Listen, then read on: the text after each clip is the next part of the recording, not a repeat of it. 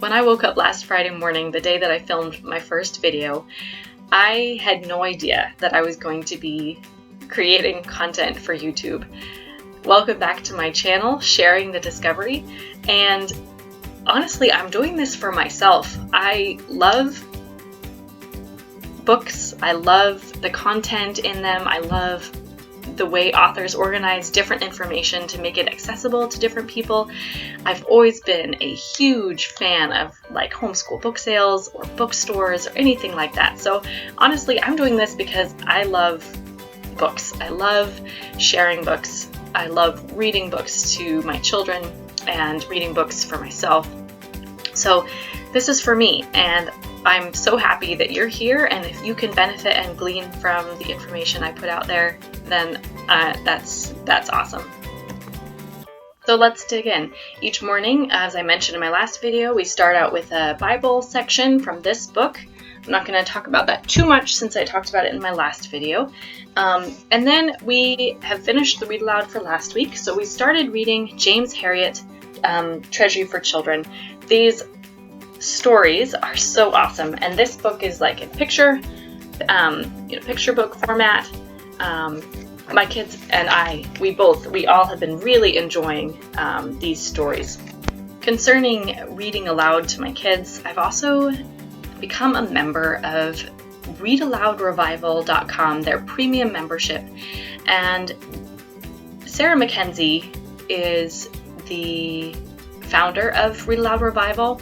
She does a podcast and she does premium, which is creating basically a book club culture for children and for moms. So I have really enjoyed this first, it's been about a little over a month that we've been members. And the first month, the book reading for kids was Nobody Likes a Goblin. Now, this is probably not a book I would have pulled off the shelf and said, yeah, let's read this book. I am not so into the ghoulishness of things, but my kids loved this story, and we have read it many times over this month. Now, the way Read Aloud Revival is set up is that there are times to meet authors and even submit questions to the author of this book in particular for this month's book selection. So we met the author on a Zoom call just this week, and that was super fun. My son had submitted a question about one of the characters that he had seen in one of the illustrations, and his question got answered, which was super fun. So this book is by Ben Hackey. I think I'm saying that correctly. Nobody Likes a Goblin. So I would recommend Read Aloud Revival as a great resource for homeschooling parents. As a result, we also read Caves and Caverns by Gail Gibbons, and we are planning to go on a little nature outing at a nearby spot close to where we live, where there's kind of like little caves and caverns, and I think we're gonna have a lot of fun, but that's still a couple weeks from now. For our science content, we are using sensibilities, which I mentioned in my last video. We are focusing on the sense of eyesight, and we're going to be focusing on that for about 4 weeks. So this is our second week of focusing on it. So this was one of the books recommended in the sensibilities book. It's called Sense Suspense, A Guessing Game for the Five Senses by Bruce McMillan, and it's real photographs of things that you guess what you're seeing. So like here, this was one of my favorites. So my kids couldn't quite guess what this was right off the bat, and it turns out to be a pineapple. It's a lot of fun looking at each of the pictures and seeing they were right on target with some of the pictures, and then other ones they were like, we don't recognize that at all. This book is also by Bruce McMillan, and I stumbled upon it as a result of Sense Suspense, and it's called Mouse Views, What the Class Pet Saw, and also involving photographs and perspective. The little mouse sees things differently than we would see things, and what is it that he's seeing in each of these pictures. So that was also a lot of fun to talk about and to engage in perspective. Not connected with the sensibilities book, but also kind of about perspective, and something I've been able to tag onto eyesight, although it's a little bit of a different nuance to it, is kind of mapping. This book is As the Crow Flies, a first book of maps, and this is by Gail Hartman. This is all about different birds, and actually a horse too, and where they travel and what they see, and then it gives us a map of each animal and the ground that they've covered. And it ends with a map that pulls all of the different animals' maps together into one big picture right there. The other book that we did about maps and perspective is Me on the Map. My kids seem to really get into this one. They liked this one. It basically starts with the little girl in the beginning. This is me, and it goes to her room, her drawing a map of her room, a map of her house, a map of her street, and it just goes out from there. And then it comes back in again. So it goes out to the world, and then it just comes back in. She finds herself on the map, and then it relates back to how everyone has a place on the map, their own special place.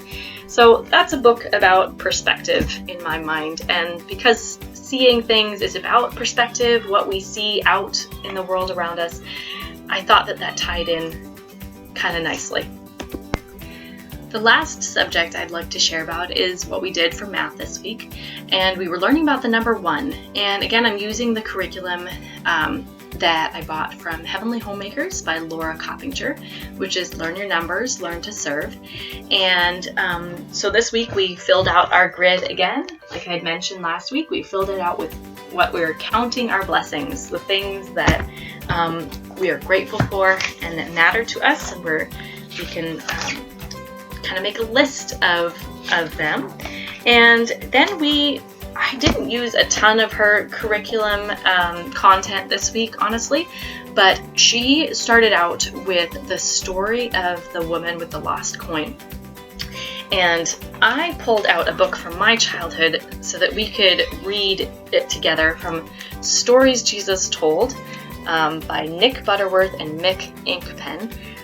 I love this book. It's so old. You can see it's falling apart here, but it actually has an inscription from my dad. This was to my sister and I when we were little ones.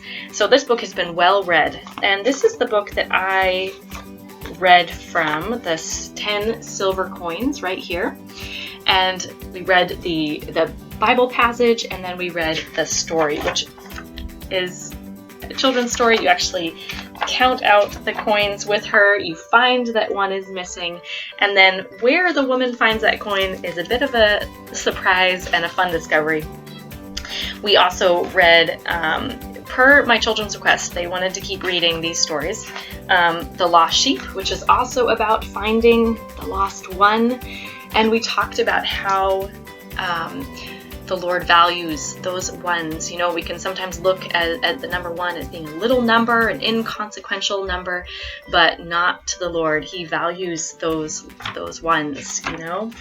And then we read The Precious Pearl, which is also about the number 1 and how God is the number 1 that we can seek after and find and give our all to know Him, to know God.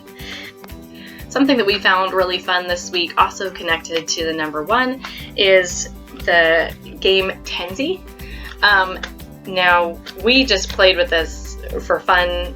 Well, I mean, it's played with for fun anyway, right? But we didn't follow any rules specifically. The first thing we did with this as an activity is we rolled all of our color die, and we found the number 1 on all of our dies.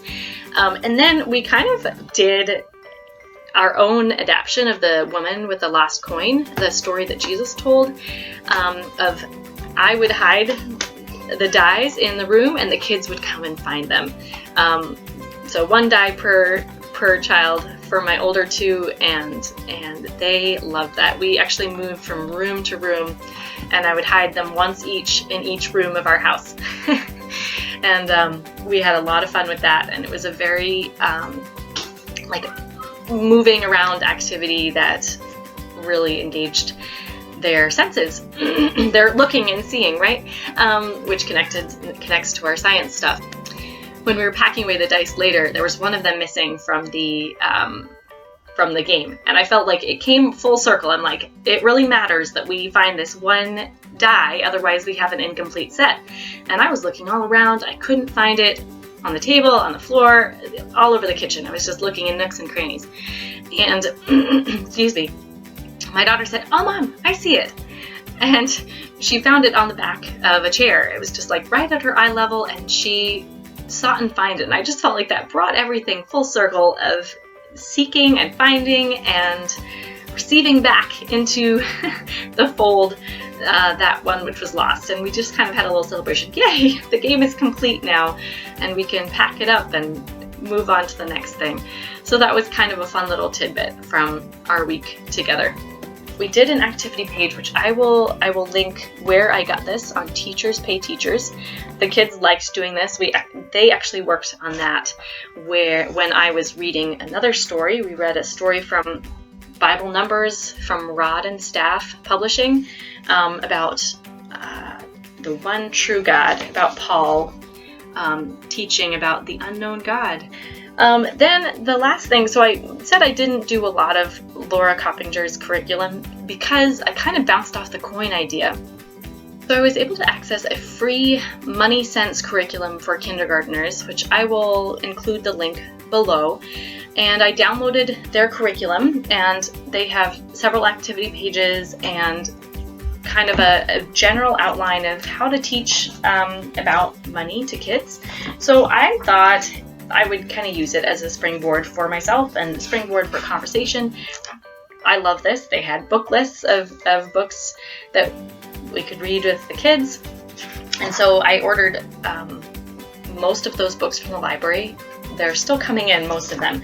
But so I'll probably show you them in my next video. So I used a resource that I inherited from my mom's homeschool days, which is a plastic container full of coins. She has some half dollars in here, and which are my son's favorite to pull out and look at, and a bunch of quarters, nickels, dimes, pennies. So we kind of played around with those and talked about the different values related to the different coins.